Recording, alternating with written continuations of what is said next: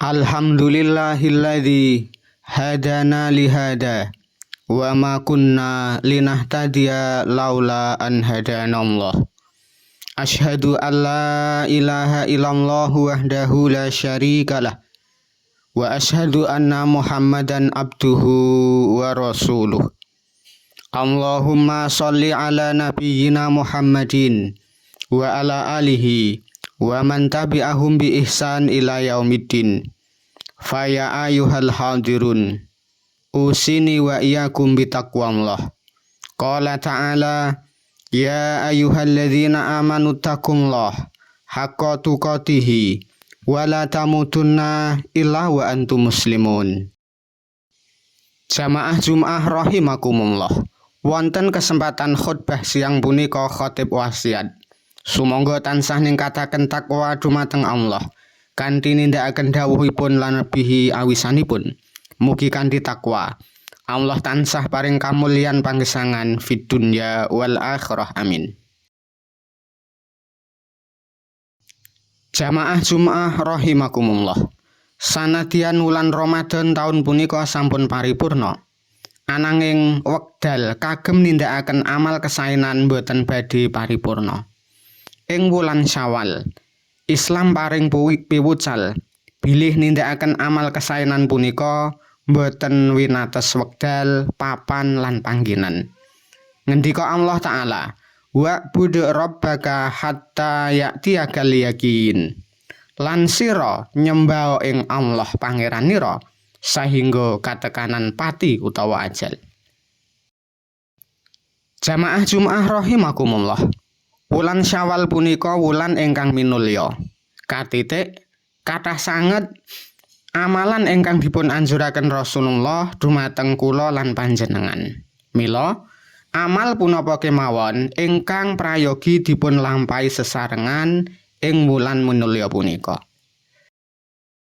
Ingkang sepisan siam 6 dinten ing wulan Syawal.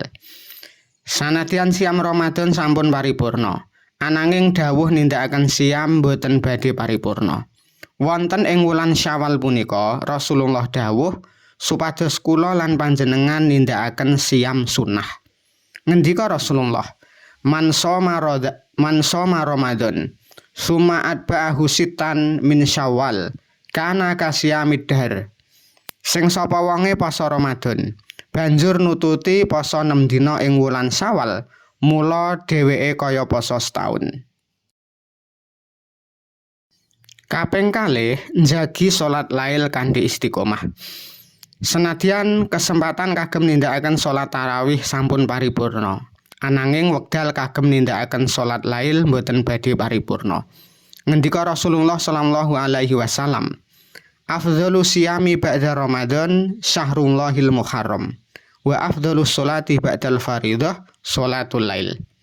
Poso kang paling utama sakwise poso Ramadan yaiku poso ing wulan Muharram. Lan salat kang paling utama sakwise salat wajib yaiku salat lail.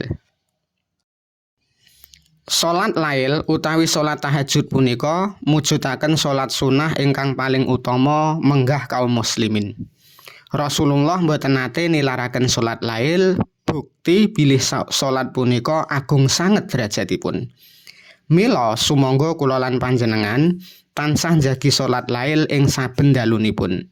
Sanadyan menawi kondisi sayah, lajeng namung nindakaken 2 rakaat lan katutup setunggal rakaat salat witir punika sampun cekap lan dipun keparingaken dening syariat. Amalan ingkang angka 3 inggih menika remen sedekah.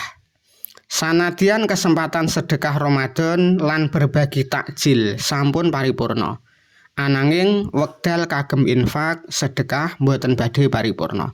Ngendika Rasulullah sallallahu alaihi wasallam, was-shadaqatu tudfiul khati'ata kama yudfiul ma'u an-nara. Lan sedekah iku bisa nglebur dosa kaluputan, kaya dene banyu kang bisa nglebur utawa mateni geni. Jamaah Jumat rahimakumullah, cekak aosipun Sanadyan Ramadan sampun paripurna ananging boten ateges paripurna ugi anggen kula lan panjenengan nindakaken amal kesaenan. Sumangga tansah semangat nindakaken amal-amal kesaenan ing saben wulan lan saben dintenipun. Mugi Allah tansah paring kamulyan panggesangan fid dunya wal akhirah. Amin. Aqulu qouli hadza wastaghfirullah li wa lakum wa lisairil muslimin innahu huwas samiul alim.